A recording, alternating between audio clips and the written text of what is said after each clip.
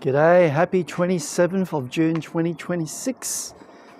My name is George, and it pleases me to let you know another episode of Message of Hope. Now, the big headline story in the mainstream media is, of course, the sacking of Karl Stefanovic. This is the man who spent 20 years as one of the most recognised faces in Australian breakfast television, the Today Show. The laughing fit heard across the country. I'm talking about the career that seemed, from the outside of course, completely bulletproof, because he was hugely popular. Well, last week he parted ways with Channel 9.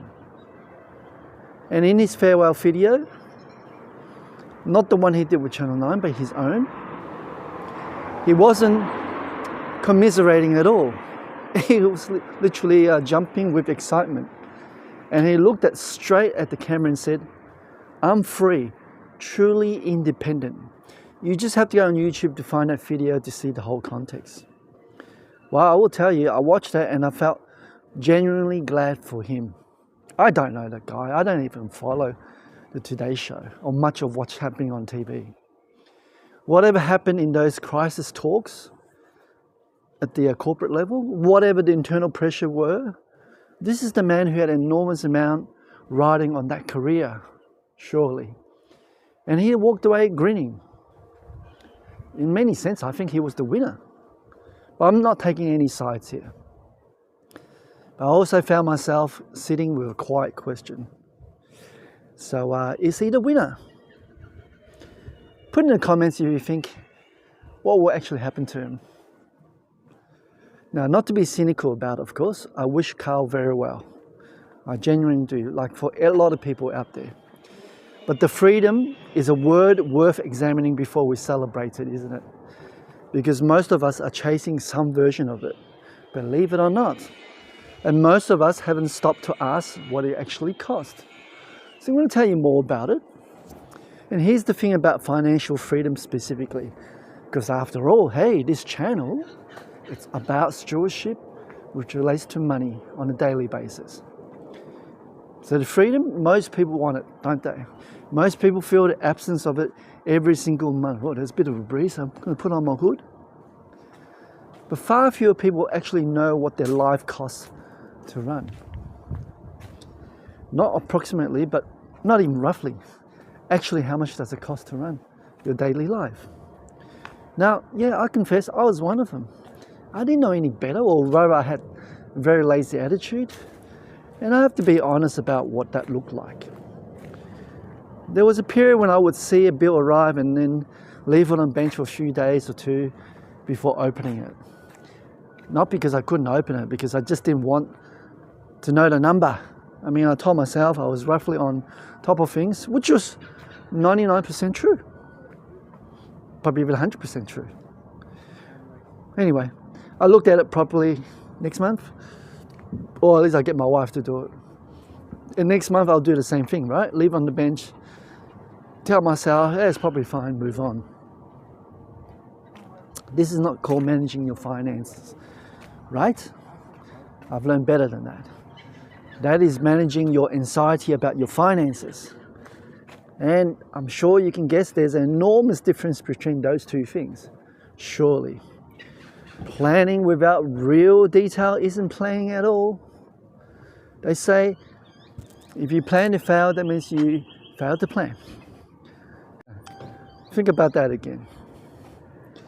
All right. Now, which is why when I finally pulled out some old utility bills many years ago and started comparing, I was genuinely surprised by what I found. You see, back in 2011, even 2012, I was paying somewhere between $50 and $60 for a month of electricity. I'm not kidding you, that's 50 Australian dollars, right? And that was with a family of four. We lived in a very small apartment at that time, right? Yeah, we're very minimalist family. Now that same category in my household now runs over $100 a month. And now even there's few of us living in the house too. So go figure, George. Now that's not a dramatic revelation. Yeah, it's probably a little quiet one, but that quiet number told me something important about how fast the cost of Australian living has been accelerating. In particular, the last 12 months even, right? While most of us were looking somewhere else.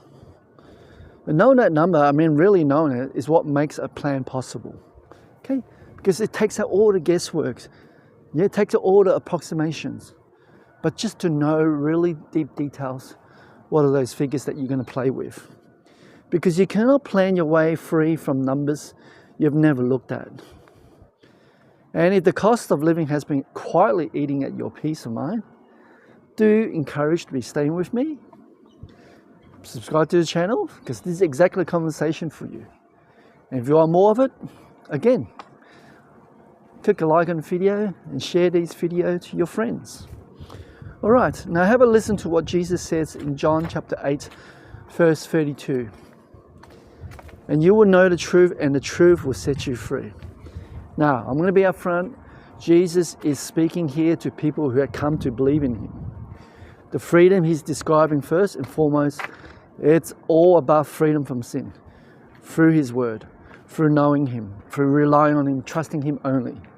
And that's the primary meaning of that verse, and I don't want to skip past it. But if I can stretch it, perhaps the principle runs really deep.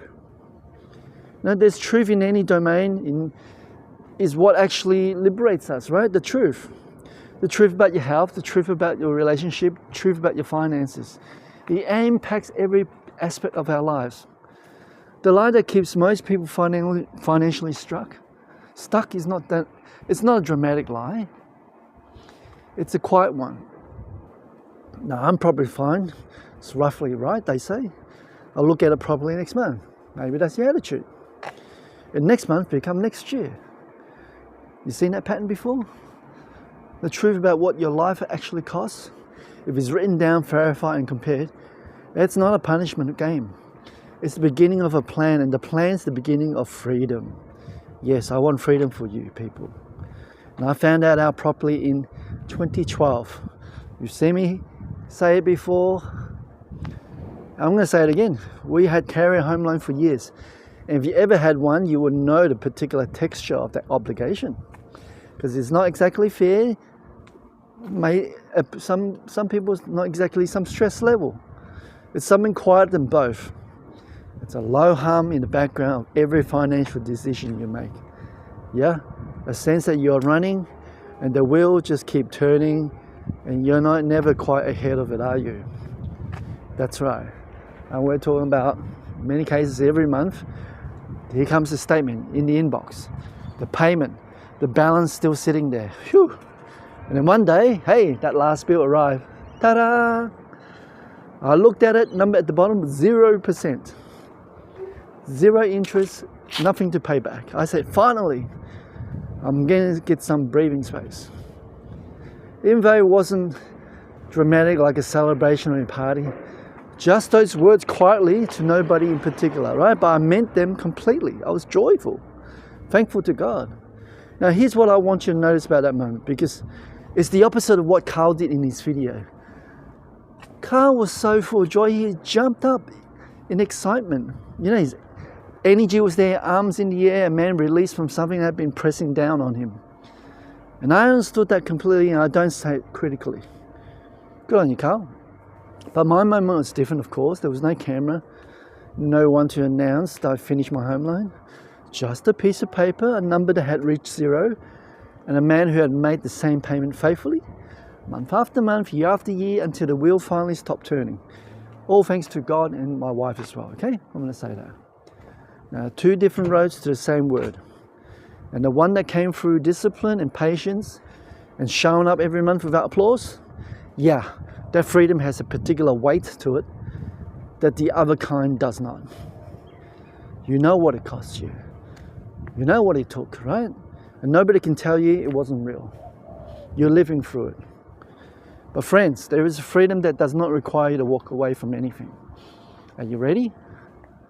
It does not require or depend on a contract ending or a network releasing you. Right? That cannot be earned by 20 years of early mornings or faithful monthly payments. It's a freedom that requires nothing from you except the willingness to receive it. It's the gift of grace and salvation.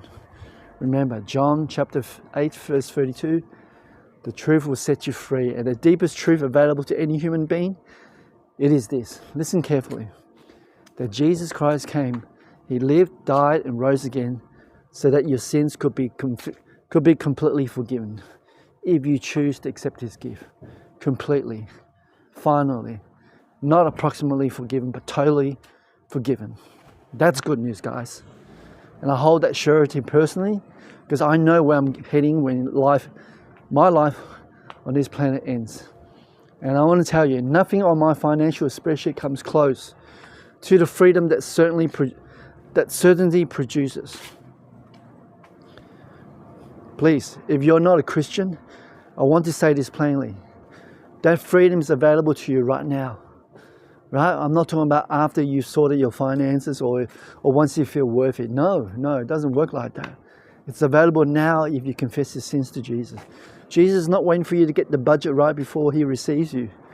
He's literally waiting for you at the door of your heart. This week, Karl Stefanovic looked at the camera and said, I'm free, totally, truly independent. So I hope that turns out to be everything he's expecting. But the freedom that Jesus offers is the only freedom that is true because it's permanent and it's unconditionally independent. Independent of the markets or the networks or the cost of living pressures. Independent of anything this world can take away. That one, it's truly worth jumping for, young and old. My friends, and that's today's message of hope. I hope you truly invite Jesus into your heart. All right, thanks for being with me. I'm going to carry on, got lots of stuff for the rest of the day. I'll see you on the next one. You take care. Bye-bye.